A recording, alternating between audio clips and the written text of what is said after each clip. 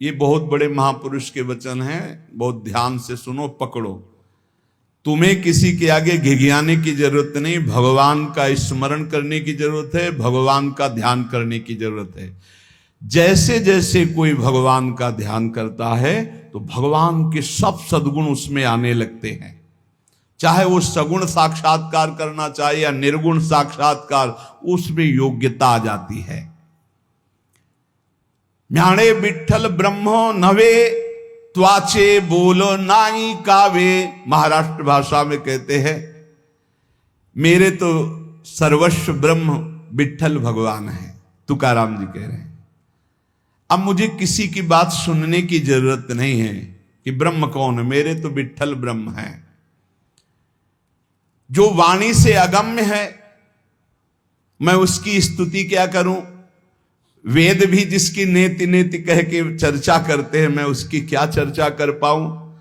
पर मेरी वाणी को नशा हो गया है उनकी चर्चा करने का। आहा, मेरी वाणी को नशा हो गया, बिना उनकी चर्चा किए, बिना कीर्तन किए, बिना गुण गाए हमें चैन नहीं पड़ सकता। कोई ना हो तो ठाकुर जी को श्रोता बना के सुनाने लगो, ऐसा नशा होना चाहिए। सुनो, अपनी चर्चा आप ही सुनो, ठाकुर जी के सामने बैठ जाए और वाणी लेकर उन्हीं की चर्चा उन्हीं को सुनावे। संसारिक आदमी कर्मेंद्रियों से प्रेरित होकर कर्म करता है, वासना से प्रेरित होकर नाना प्रकार के सुख दुख भोगता है। पर हम कायिक, वाचिक, मानसिक केवल अपने विठ्ठल के लिए कर्म करते हैं। ये बात समझो। संसारिक आदमी कर्मेंद्रियां भाग रही भोगों की तरफ, कर्म करता है, पाप या पुण्य, सुख या दुख भोगता है। लेकिन भक्त कायिक, वाचिक, मानसिक अपने प्रभु को सामने रख करके चेष्टा करता है और उसका कोई ठौर ठिकाना प्रभु के सिवा कोई है नहीं। और प्रभु आनंद सिंधु है, वो हर समय आनंद में मस्त रहता है। कहीं किसी और का प्रयोजन नहीं रह गया है। तुकाराम जी के सब जगह विठ्ठल तू मुझे दिखाई दे रहा है। तन, वाणी, मन ये सब तेरे चरणों में अर्पित हो चुके हैं। भगवान अब मेरा कुछ नहीं बचा, केवल आप ही मेरे बचे हो। ये हम लोगों के लिए आदर्श वचन है। हमें ऐसा होना है, प्रभु के सिवा हमारा कोई नहीं। अभ्यास बल में बहुत बड़ी ताकत है। अभ्यास बल हो जाए तो व्याघ्र और सर्प को भी अधीन किया जा सकता है। व्याघ्र बाघ को और सर्प को, अभ्यास बल। देखो जो बचपन से अभ्यास करवा लिए सिंह आदि का, तो ऐसे बछड़े की तरह हाथ फेरते हैं, साथ खेलते हैं, कोई फर्क।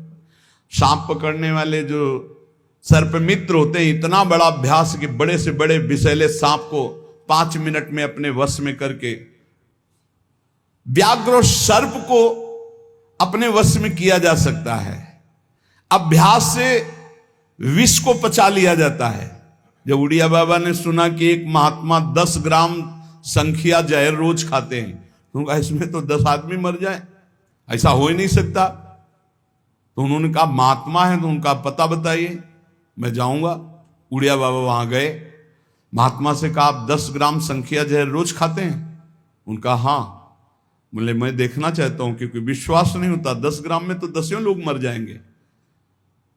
शाम के 4 बजे उन्होंने डाला सिलबट्टा में 10 ग्राम तौल करके जहर, संख्या जहर, जैसे धतूरा होता है ऐसे संख्या, उसे पीसा और पीस करके पूरा धोकर खप्पर में डाला और बस पी गए। महात्मा आए तो आश्चर्य की बात है। बोले तो रोज हम पीते हैं। तो बोले 10 ग्राम कैसे? तो बोले अभ्यास, पहले दिन एक बीज लिया था, ऐसे घस के चाटा, नशाया, कई दिन उसी बीज को घसकर चाटते रहे, फिर एक बीज, फिर धीरे धीरे आज 10 ग्राम पचा लिया। तुकाराम जी कह रहे हैं अभ्यास का बल करे तो व्याघ्र और सर्प को वश में कर ले। तो मन को वश में नहीं किया जा सकता, इंद्रियों को वश में नहीं किया जा सकता, अभ्यास से किया जा सकता है। अभ्यास योग युक्त ने चेतसा नान्यगामिना। अभ्यास से हम विष को पचा सकते हैं। अगर हम रोज भगवत कृपा से अपमान को पचाना सीख जाएं तो बड़े से बड़े अपमान को भी, निंदा को भी मुस्कुराते हुए सह सकते हैं। अभ्यास से वेदों का अर्थ समझ लिया जाता है। वेद पाठ का अभ्यास करो, धीरे धीरे वेद अर्थ समझा। इसलिए कुछ दुष्कर नहीं है, तुम अभ्यास में आओ। मेरा भजन में मन नहीं लगता, अभ्यास करो। अभ्यास में तुम जितना आगे बढ़ोगे उतने ही उच्च अवस्था को प्राप्त हो जाओगे। अभ्यास में बहुत बड़ी दम है। अभ्यास, एक एक कदम बढ़ाते चले जाओ। अभ्यास, एक एक इंद्रियों पर विजय प्राप्त करते चले जाओ। अभ्यास असाध्य को भी साध्य कर दे। इसका कारण तुका कहता है कि अभ्यास भजन का कर लो तो आप सिद्ध हो जाओगे। अभ्यास से सब कुछ हो जाता है।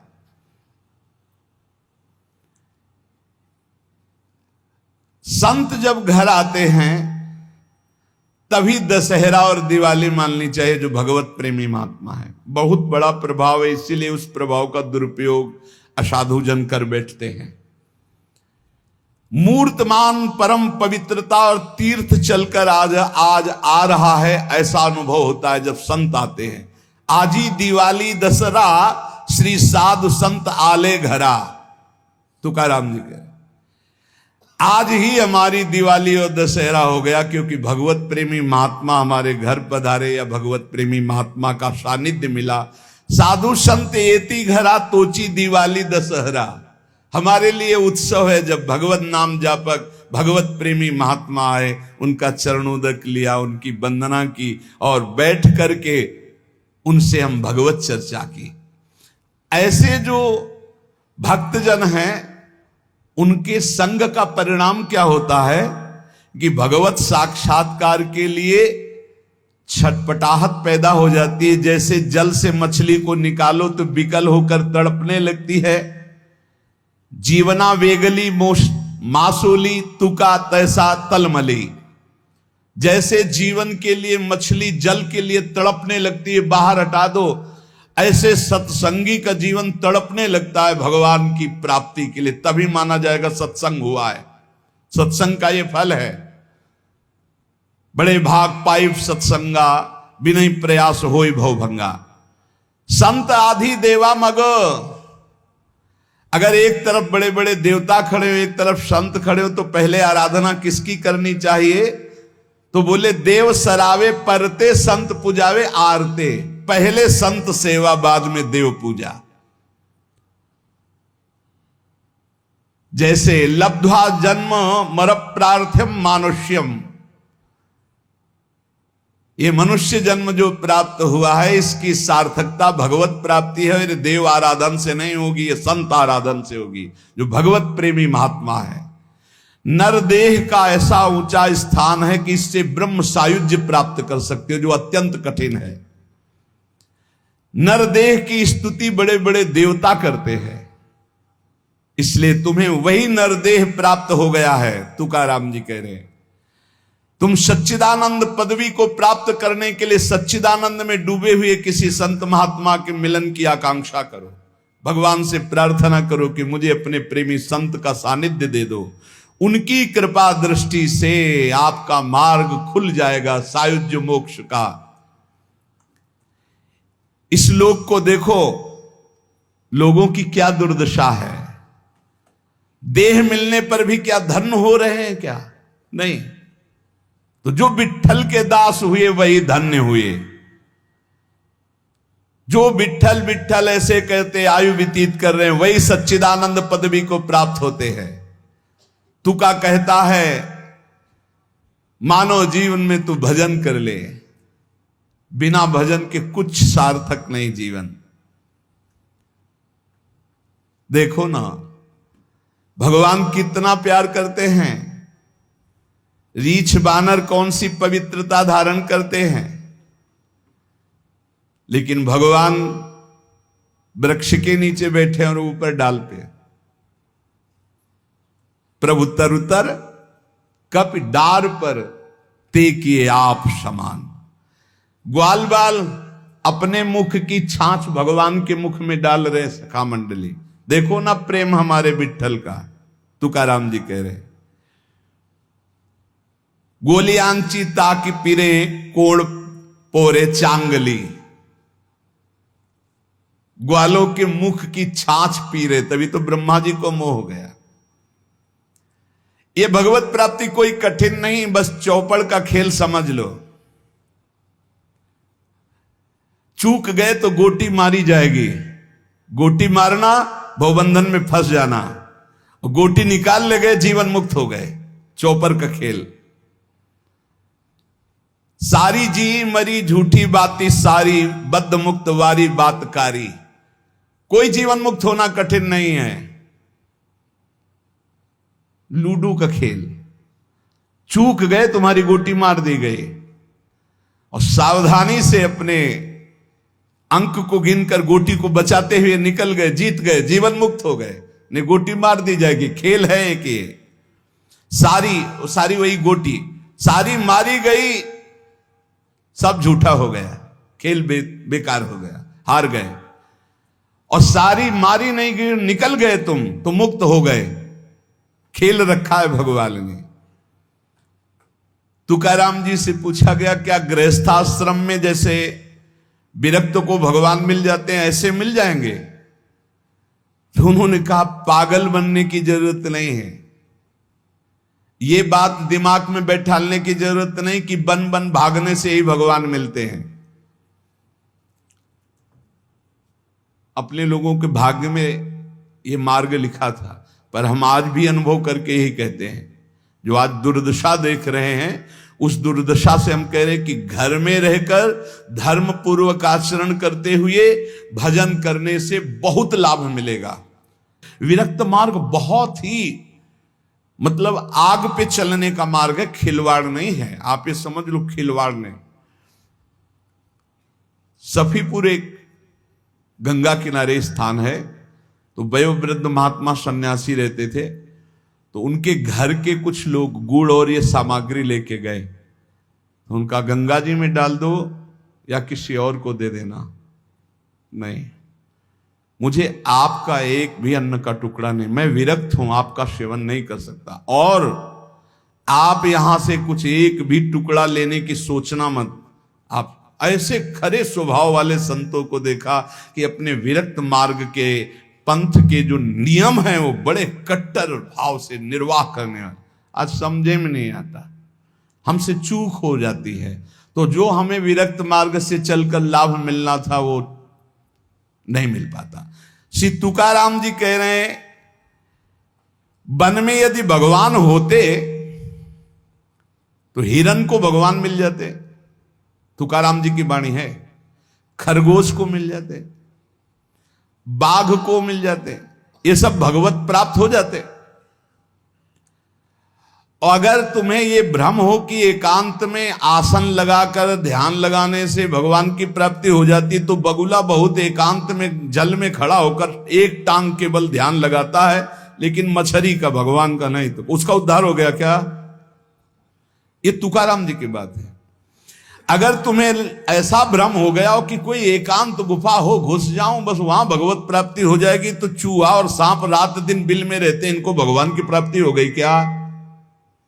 तुकाराम जी से जब प्रश्न किया गया कि क्या गृहस्थाश्रम में भगवान की प्राप्ति ऐसे हो जाएगी जो विरक्तों की हो जाएगी, तो बहुत ध्यान से सुनिए। सिद्ध संत है, वो कह रहे हैं कि पागल मत बनो, भगवान की प्राप्ति भगवान के भजन करने से होती, वो गृहस्थी में भी हो जाएगी।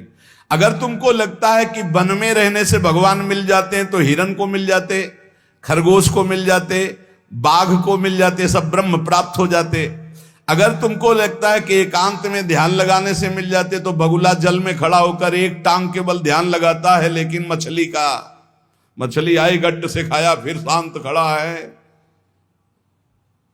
बगुला को नहीं मिला। फिर कहते हैं कि एकांत गुफा में घुसने से भगवान मिल जाते, तो चूहा और सांप बिलई में रहते हैं रात दिन, उनको भगवान मिल जाते। तो इसलिए हम तुमसे कह रहे हैं कि ये ची चपड़ की बातें छोड़ो।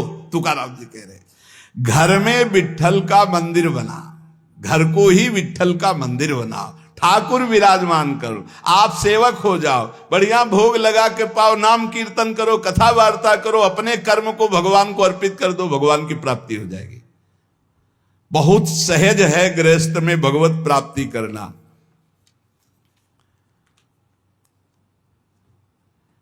हम तुमसे पूछते हैं, जो लोग सोचते हैं अन्न नहीं खाएंगे तो भगवान की प्राप्ति हो जाएगी, तो कितने ऐसे जीव हैं हमारी प्रकृति में। तुकाराम जी कह रहे हैं ये बड़े महापुरुष हैं, किसी के कहो सांप खाता अन्न, करे क्या धान बक भी, कपट भरा भीतर भरा उदर मल से, करे चूहा भी एकांत गदहा भी भभूत रमावे, तुका जल नक्रालय काग ही नहाय कहो तो। क्या अन्न न खाने से भगवान मिल जाएंगे? अगर हां तो बहुत से पक्षी ऐसे हैं जो केवल फलाहार रहते हैं, बहुत से ऐसे हैं जो घास चर के रहते हैं, ना वो अन्न खाते हैं ना कुछ और। कुछ है फलाहार, कुछ है तृण चरते हैं, कुछ है पानी पी के केवल रहते हैं भैया, केवल पानी से। इन सबको भगवत साक्षात्कार हो जाता है क्या? केवल पानी से रह रहे तो भगवत साक्षात्कार हो जाएगा, केवल फलाहार रहे तो उनको भगवत साक्षात्कार हो जाएगा। तुकाराम जी कहते हैं कितने हैं वायु भक्षण करते हैं, केवल वायु पी करके जीते हैं, भीतर कपट भरा है, बाहर ये सब छोड़ रहे हो, कुछ लाभ नहीं मिलना है। चूहा बिल में एकांत में रहता है, भगवत प्राप्ति हो गई। गदहा खूब धूल में ऐसे लौटता, धूल लगाने से तो क्या उसे भगवत प्राप्ति हो गई, महापुरुष है। जल में घड़ियाल रहता है, भगवत प्राप्ति हो गई। कौआ भी जाके गंगा स्नान करता है, जल स्नान, भगवत प्राप्ति हो गई। भैया जब तक भजन नहीं तब तक भगवत प्राप्ति नहीं, बाहरी क्रियाओं से। तुकाराम जी कह रहे हैं तुम्हारे हृदय में बुराई भरी हुई है और बाहर से साधु का वेश बनाए हो तो तुम्हें भगवत प्राप्ति हो जाएगी। अरे चाहे वायु भक्षण करो, चाहे तुम ध्यान का नाटक करो, चाहे एकांतवास करो, चाहे भस्म लेपन करो, चाहे जल में खड़े हो जाओ, चाहे जितना अनुष्ठान करो, जब तक भजन नहीं करोगे भगवान का तुम्हारी बुद्धि निर्मल होने वाली नहीं, बाहरी क्रियाओं से कोई लाभ नहीं। तुकाराम जी कह रहे हैं भक्ति मुक्ति दिलाने वाली है समस्त भव बंधनों से। रात दिन अपने प्रभु का नाम जप कर रहे, चिंतन कर रहे। एक गृहस्थ आए थे, बहुत अच्छी स्थिति, नेत्रों में नेत्र मिला के जब बात किया तो बड़ा संतोष। जब जाने लगे तो कहा 1 मिनट रुको, इसे मुख पे बड़ाई नहीं करनी चाहिए, पर आप सावधान रहना, बहुत अच्छी स्थिति, संभाल के निकल जाओ। बस उन नेत्रों से ऐसे किया, चुपचाप गंभीर मुद्रा, प्रश्न बहुत जोर का, और स्मरण में बिल्कुल तन्मयता, एक एक चेष्टा उनकी बता रही थी। बहुत बढ़िया, बाजी मार ले जाओगे, कोई तुम्हें प्रणाम नहीं करेगा, कोई दान पुण्य नहीं, कोई नमस्कार नहीं, बहुत जल्दी निकल। विरक्त भाव में रात दिन भगवान के भजन में व्यतीत करो, तभी बात बनेगी। केवल इन सब बाहरी बातों का देखो, इसीलिए खंडन किया तुकाराम जी ने। जो विरक्त अपनी देह को घृणित समझकर त्याग देता है, देह के राग का, बलमूत्र का भान क्या इसमें, वो महासुख को प्राप्त होता है। इससे ज्यादा प्यार करने की जरूरत नहीं है। जो इस देह से ज्यादा प्यार करते हैं वो सीधे नरक का रास्ता तय कर लेते हैं। बहुत संभल के चलने की जरूरत है। इस देह के राग को मिटाने के लिए ही तो भगवत मार्ग में चले, चाहे गृहस्थ हो चाहे विरक्त। तुम अपना स्वभाव बनाओ आत्म कल्याण के लिए। शरीर को ज्यादा सुख दोगे, ज्यादा सुख भोगोगे तो नरक का रास्ता पुष्ट कर देगा। और शरीर का त्याग भी नहीं करना है कि मतलब, क्योंकि शरीर के बिना भजन नहीं होगा, शरीर के बिना साधना नहीं होगी। तो उचित खिलाओ पिलाओ, उचित विश्राम और खूब भजन और सतमार्ग की चेष्टाओं की। इसको इतना भजन कराओ कि इसका भाव ही नष्ट हो जाए कि मैं शरीर हूं। तुकाराम जी कहते इसमें संदेह नहीं, वैराग्य की बातें करने से वैरागी नहीं हो जाता।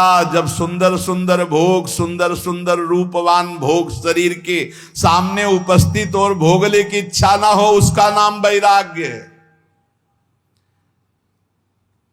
बातें करने वाले वैराग्य की तो करते रहते हो, जब सामने प्रश्न आता है तो उत्तर नहीं दे पाते, अर्थात भोग आता है तो उन्हीं में लिप्त हो जाते, उन्हें वैरागी नहीं कहते।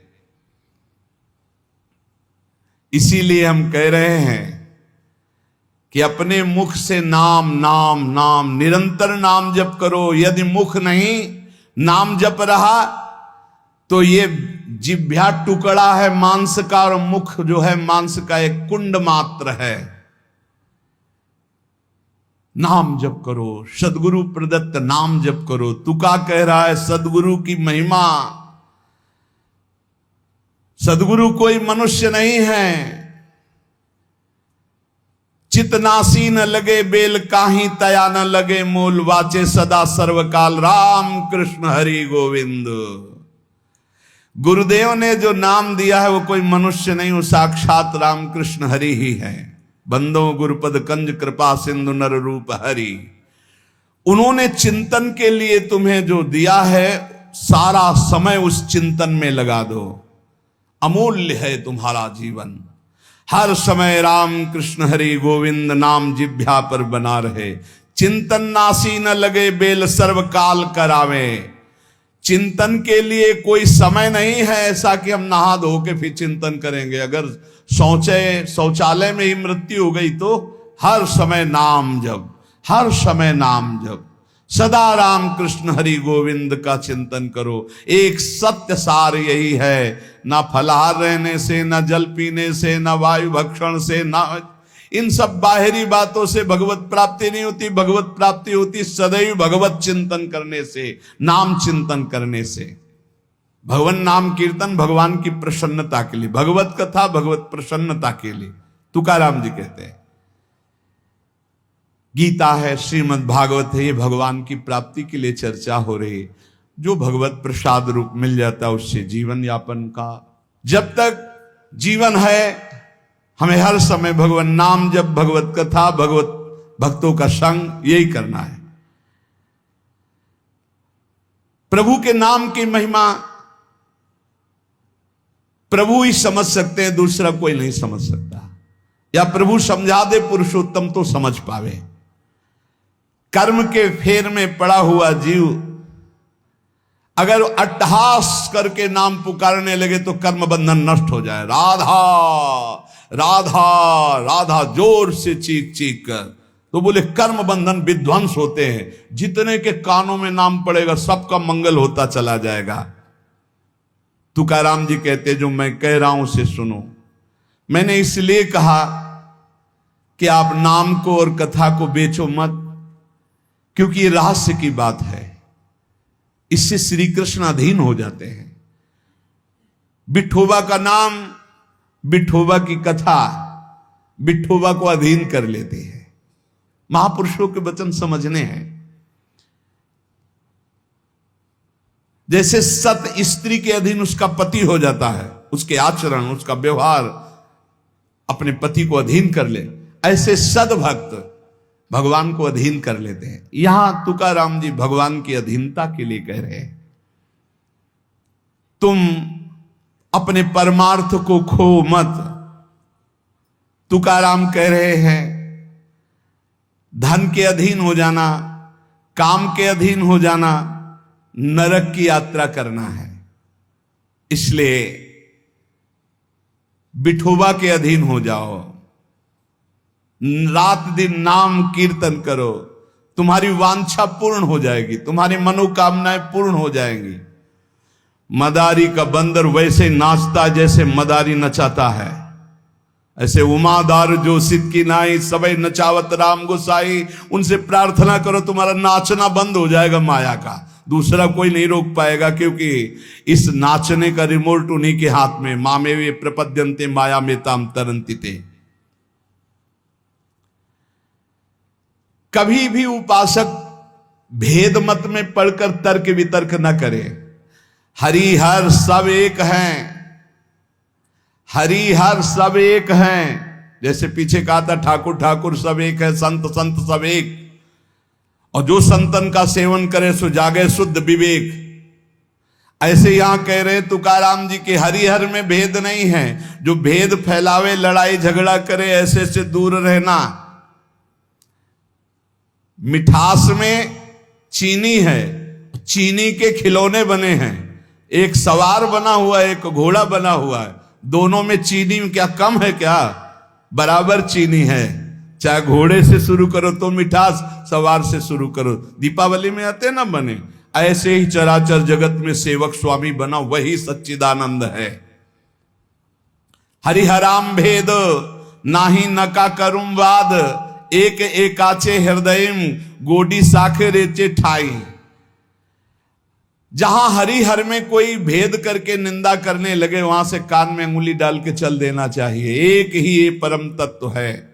ये झूठ मूठ अज्ञानी जन बहस करते रहते हैं। इनके हृदयों में बिल्कुल भगवदानंद की मिठास नहीं है। इनकी बातें नहीं सुननी चाहिए। भेद करने वालों की दृष्टि में जो माया का पर्दा लगा हुआ है, भक्तों की दृष्टि में वो पर्दा नहीं होता। वो बेपर्द देखते हैं कि सर्वत्र एक ही भगवान विराजमान है। जो सर्वत्र एक ही भगवान विराजमान ऐसा मान लेते हैं, उनके आगे पीछे दाएं बाएं भगवान की रक्षा शुरू हो जाती है। ध्यान रखना। जो सर्वत्र अपने भगवान को देखते कि सब रूपों में मेरा ही भगवान है, तो कह रहे देवु उभा मांगे पुंडे उगवी कोंडे संकटा। कोई संकट उसे छू नहीं सकता। चारों तरफ से भगवान की सुरक्षा रहती है उस भक्त के जीवन में। विश्वास करो इस बात पर। चारों तरफ से भगवान सुरक्षित रखते हैं। और जो सदैव संतों का स्तवन करके भगवान का भजन करता रहता है, उसमें कोई ऋण नहीं रह जाता। यह भी एक प्रश्न आया था कि देव ऋण, ऋषि ऋण, मातृ ऋण, पितृ ऋण, इनसे कैसे ऋण हुआ जाए। क्या कह रहे हैं तुकाराम जी? जो संतों का स्तवन करता है, उसके हृदय में भक्ति होती, जो भगवान का भक्त होता है, उसका कोई ऋण नहीं रह जाता। सब ऋण मुक्त हो जाते हैं। एकादशी स्कंद में भगवान श्री कृष्णचंद्र जी ने उद्धव जी से कहा है, जो मेरा अनन्य भाव से निरंतर चिंतन करता है, उसे मैं सब ऋणों से मुक्त करता हूं। देव ऋण, ऋषि ऋण, पितृ ऋण, मातृ ऋण, इनसे उऋण होने के लिए प्राणपन से श्री हरि के चरणों का चिंतन करो। पंडरीनाथ तुम्हारा जन्म धन्य कर देंगे, तुकाराम जी कह रहे हैं। देखो, जब आनंद मिलेगा तब मन पंगु हो जाएगा। जैसे भौरे में बहुत बड़ी ताकत है कि चाहे जितना मजबूत काठ हो, वो बड़े मौज से खेलते खेलते उसमें छेद कर देगा। जब कमल की पराग वृत्ति में वो पहुंचता है, तो थोड़ा सा भी पराग को धक्का न लगे, शांत होकर बैठ जाता है। चाहे जीवन खोना पड़े, वो कमल की पंखुड़ी को नहीं काटता। ऐसे उदाहरण दे रहे, ऐसे ही तुम्हारा मन तब तक उद्दंडता करता रहेगा जब तक भगवत सुख नहीं मिलेगा। और जिस दिन इसे आनंद मिला, भगवदानंद, ये बैठ जाएगा। इसका अस्तित्व खत्म हो जाएगा। ये बैठ जाए। निज सुख बिन मन होई कि थीरा। बिना आत्मानंद का अनुभव मिले मन स्थिर नहीं होगा, शांत नहीं होगा, विश्राम नहीं पाएगा।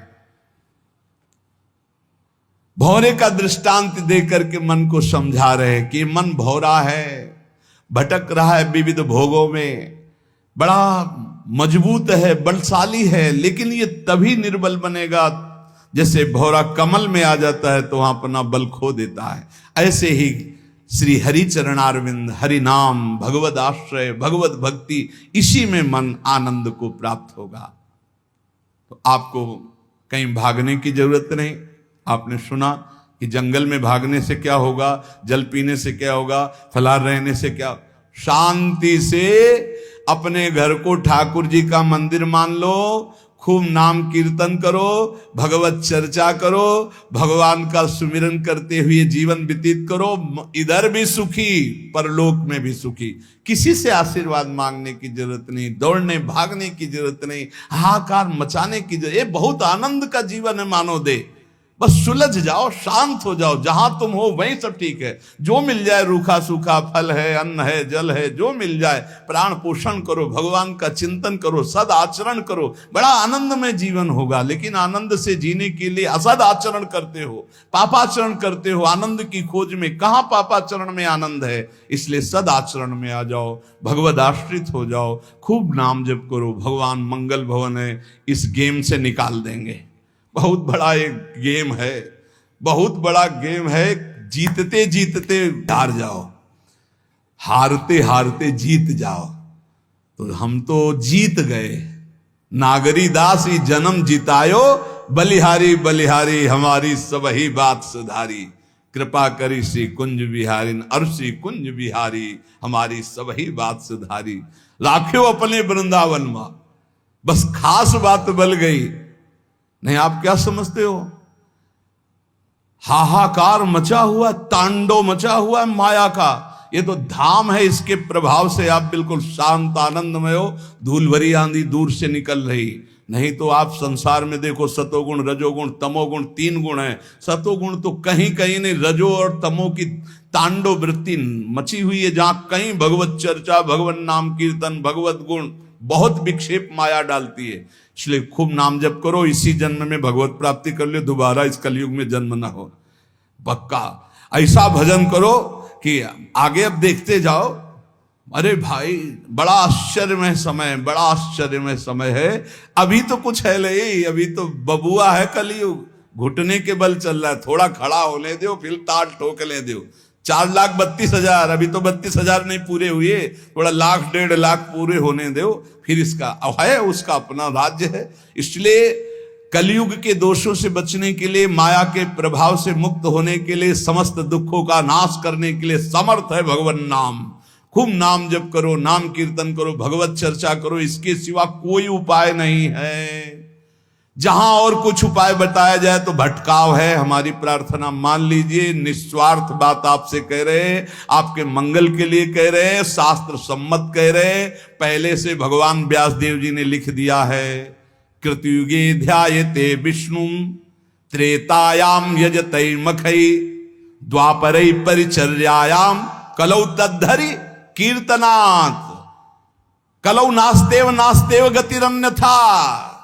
कलयुग में कोई और गति और गति और गति नहीं है। हरे नाम हरे नाम हरे नाम केवलम, केवल हरि का नाम, केवल भगवान नाम है। इसलिए खूब नाम कीर्तन, नाम जप, भगवत चर्चा, जीवन सार्थक। शेष चर्चा आगे। श्री राधा वल्लभ लाल।